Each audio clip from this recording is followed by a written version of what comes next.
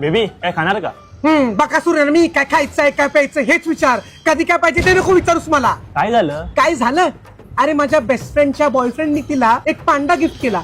तिचं गेंडासारखं तोंड असून आणि मी इथे एवढी भांडूपची ऐश्वर्या राय, तू मला साधी दुधाची देत पण साय. अरे वा, इथं कविता झाली. राय साय. हो, अजून एक ऐकायची आहे का? स्टेशनवरचं अन्नाचं भारी लागतं सांबार, मी आहे व्हॅनिला केक आणि माझ्या नशिबाला लागलाय काय डांबार. तुला काय वाटत नाही का?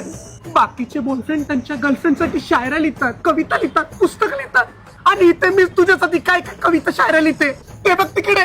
हे काय नवीन? नवीन नाही, जुनच आहे. तो पोरगा त्याच्या गर्लफ्रेंडला किती प्रेमाने चमचे घेऊन देते. जा ना मग तू पण घे. जाते त्याच्याकडे आणि त्याची दुसरी गर्लफ्रेंड बनते म्हणजे मला तो घेऊन देईल. अरे इथे रात्रभर लोक कॉलवर बोलतात आणि साधा इथे माझा तुला मेसेज किंवा कॉल जर येतो तर तुला झोपायचा बोल चिरते. मग तू मला बाकीच्यांसोबत कम्पेअर करते, मग मी काय करू? पण मी झोपून जातो. तू का मला रमासारखं समजतोस का? ही रमा कोण?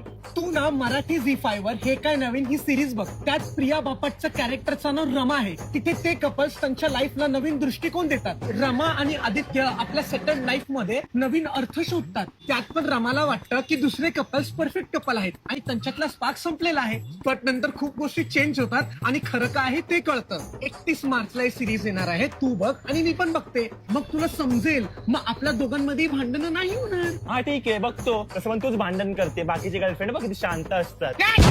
काय म्हणतो?